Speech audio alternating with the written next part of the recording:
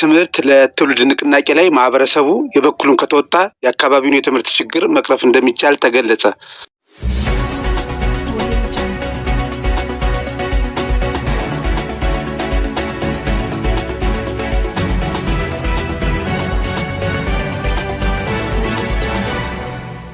ትምህርት ለትውልድ ንቅናቄ ላይ ማህበረሰቡ የበኩሉን ከተወጣ የአካባቢውን የትምህርት ችግር መቅረፍ እንደሚቻል ተገለጸ። በጎደሬ ወረዳ በወዳ እጩ ቀበሌ በማህበረሰቡ ተሳትፎ እየተሰራ የሚገኘውን 4 የመማሪያ ክላስ ለ2018 የመማር ማስተማሩ ስራ ክፍት ለማድረግ እየተሰራ እንደሚገኝ ተገልጿል። የጎደሬ ወረዳ ትምህርት በቤት ኃላፊ አቶ አለማየሁ ክብረት እንዳስታወቁት በትምህርት ለትውልድ ንቅናቄ ማህበረሰቡን በማሳተፍ ትምህርት ቤቶች ለመማር ማስተማር ስራ ምቹ ለማድረግ እየተሰራ ሲሆን ከዚህ ውስጥ አንዱ የኦዳ ትምህርት ቤት እንደሆነ አሁን የምንገኘው ኦዳ ቀበሌ ላይ ነው ያለነው እና ኦዳ የመጀመሪያ አንደኛ ደረጃ ትምህርት ቤት ግቢ ውስጥ ነው ያለነው እና ይሄንን በስተጀርባ ያለው ትምህርት ቤት የተሰራው በህዝብ ተሳትፎ ነው እና ይሄን ትምህርት ቤት መወር የተሰራው በትምህርት ለትውልድ ፕሮግራም ነው የተሰራው እና በተለይ አሁን እንደ ወረዳ ከአመራር 10% እንደዚሁ ከመንግስት ሰራተኛ 2% እንደዚሁ ከባለሀብት አቶ አድኖ አንገሎ የሚባሉት ባለሀብት እሳቸውም ረድተውናል። ስለዚህ ይሄንን ትምህርት ቤት 4 መማሪያ ክላስ እና 1 ቢሮ የሚያቅፍ ትምህርት ቤት የሰራንበት ሁኔታ አለ በዚህ ሰዓት ማለት ነው። ዘንድሮ አመት በተለይ አሁን ኦዳ ትምህርት ቤት በዚህ አይነት መልኩ ከተሰራ በኋላ ቀጣይነት በቀጣይ ገንገመቲ ኒውስ ቀበሌ ላይ እንደዚሁ 4 ክላስ እና 4 መማሪያ ክፍልና 1 ቢሮ እየተሰራ ያለበት ሁኔታ አለ በዚሁ ፕሮግራም ማለት ነው። ኦሬዲ ማህበረሰቡ እንጨት ውጤቶችን ያቀርባል። ከዚህ ከኛ ከጽሕፈት ቤት ደግሞ ቆርቆሮና ምስማር የእጅ ዋጋ እናቀርብላቸዋለን። በጥሩ ሁኔታ ትምህርት ቤት እየተሰራ ያለበት ሁኔታ አለ ገንገመቲ ላይ ማለት ነው። ስለዚህ ከዚህ ከኦዳ ትምህርት ቤት ቀጥሎ ገንገመቲ እየተሰራ ነው። ቀጣይ ላይ ደግሞ እንደዚሁ የኩኪና የስሙይ የመጀመሪያ አንደኛ ደረጃ ትምህርት ቤት የምንሰራበት እቅድ ይዘናል ለቀጣይ ማለት ነው። አሁን ይሄ ትምህርት ቤት ኦሬዲ በዚህ ክረምት ይመረጋል ብለን እናስባለን። ግርግዳው ይመረጋል ብለን እናስባለን። ለ2018 የመማር ማስተማር ዝግጁ ይሆናል ብለን እናስባለን። በጎደሬ ወረዳ ሜጢ ከተማ ባለሀብትና ነዋሪ የሆኑት አቶ አድኖ አንገሉ እንደተናገሩት በትምህርት ለትውልድ ንቅናቄ ቆርቆሮ ለኦዳ ትምህርት ቤት በመግዛት የበኩላቸውን አስተዋጽኦ እያበረከቱ እንዳለና በቀጣይም ከመንግስት ጎን ሆነው የበኩላቸውን የልማት ስራዎች እንደሚደግፉ ተናግረዋል። ሰርተን ለማስረከብ አሁንም ስራ ጅምሩ ላይ ነው ያለው።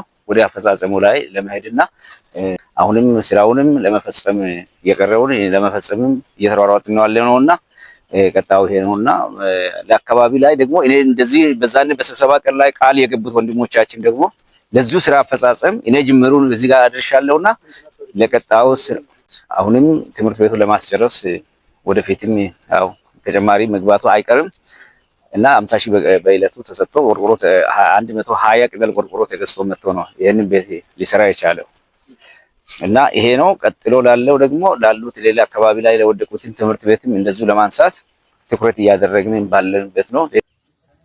አቶ አድነው አክለው እንደተናገሩት ከትምህርት ተቋማት በተጨማሪ በጤናው ዘርፍ በኩል ማህበረሰቡን በማስተባበር በተለይም ሜጢ ጤና ጣቢያን ወደ ተሻለ ደረጃ ማሳደግ ያስፈልጋል ብለዋል። ቀጥሎ ላለው ደግሞ በአካባቢያችንን ጎደሬ ወረዳ ሜጢ ከተማ ላይ አንድ ጤና ጣቢያ ናት ያለችው። እቺውን ጤና ጣቢያን ደግሞ ወደ ሆስፒታልነት መንግስት ጎን ቁመን ወደ ሆስፒታልነት ለመቀየር በጣም ከፍተኛ ሐሳብና ፍላጎት አለኝ። ሌሎቹም ኢንቨስተሮቹም አብረን ተባብረን ማሰራት የምንችልበትን የመንግስት አካል እኛን አስተባብሮ አነሳስቶ የቦታ ጥበት ካለ ቦታውን አስፍቶ ግንባታ ብናደርግና ወደ ሆስፒታልነት ብንቀይር ፖፑሌሽኑ አካባቢ ላይ አሁን በጣም ህዝቡ ብዛት የተነሳ በወባም ሆነ በተለያየ በሽታ እየተጎዳን ያለ ነው። ጤና ጣቢያው ብዙ ከስተመርም ማስተናገድ አቅም ማነሱ የተነሳ ነውና ወደ ሆስፒታልነት ለኛ ቢቀየር የሚለው ሐሳብም ይያለው። ጎደሬ ወረዳ መረጃና ዕቅድ ዝግጅት ባለሙያ የሆኑት አቶ ካሳዬ ውበቱ እንደገለጹት ገጽታቸው የተበላሹ ትምህርት ቤቶችን ለማስተካከል እየተሰራ እንደሚገኝ ተናግረዋል።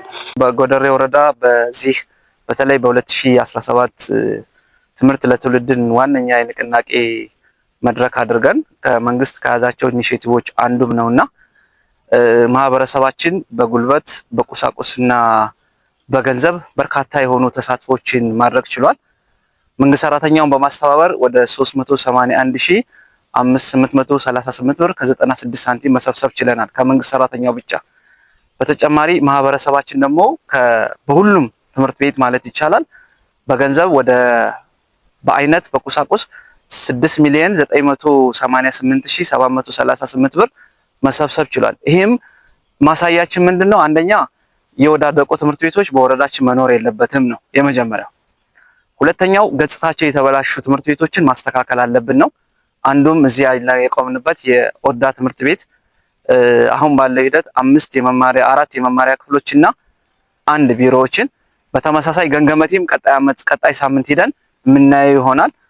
2 መሰረታዊ ስራዎች ይቀሩናል፣ ኩኪንና ሰሙይ አማራጭን። ስለዚህ አሁን ባለው ሂደት ማህበረሰባችን ከፍተኛ የሆነ ድጋፍ እያደረገ መሆኑን መግለጽ እፈልጋለሁ። እንግዲህ በመጨረሻ የሚመለከታቸው አካሎች በተለይ ዕውቀት ያለው ዕውቀት፣ ገንዘብ ያለው ገንዘብ፣ ቁሳቁስ ያላቸው በቁሳቁስ በወረዳችን ገጽታቸው የተበላሹ ተቋማቶችን ድጋፍ አድርገውልን የተሻለ የሆነ ጤናማ የሆነ የምቹ የመማር ማስተማር ሂደት ቢፈጠር የሚል መልእክት ማስተላለፍ ፈልጋለሁ። ግን አቅም ያላቸው ሰዎች በጉልበት በአይነትና በገንዘብ ድጋፍ እንዲያደርጉ የጎደሬ ወረዳ ትምህርት ጽሕፈት ቤት ጥሪውን ያቀርባል። የትምህርት ስብራትን ለመጠገን የተጀመረውን የትምህርት ለትውልድ መርሃ ግብር በጥራት ለማስቀጠል የሁሉም ማህበረሰብ ተሳትፎ ወሳኝ መሆኑ ተገልጿል።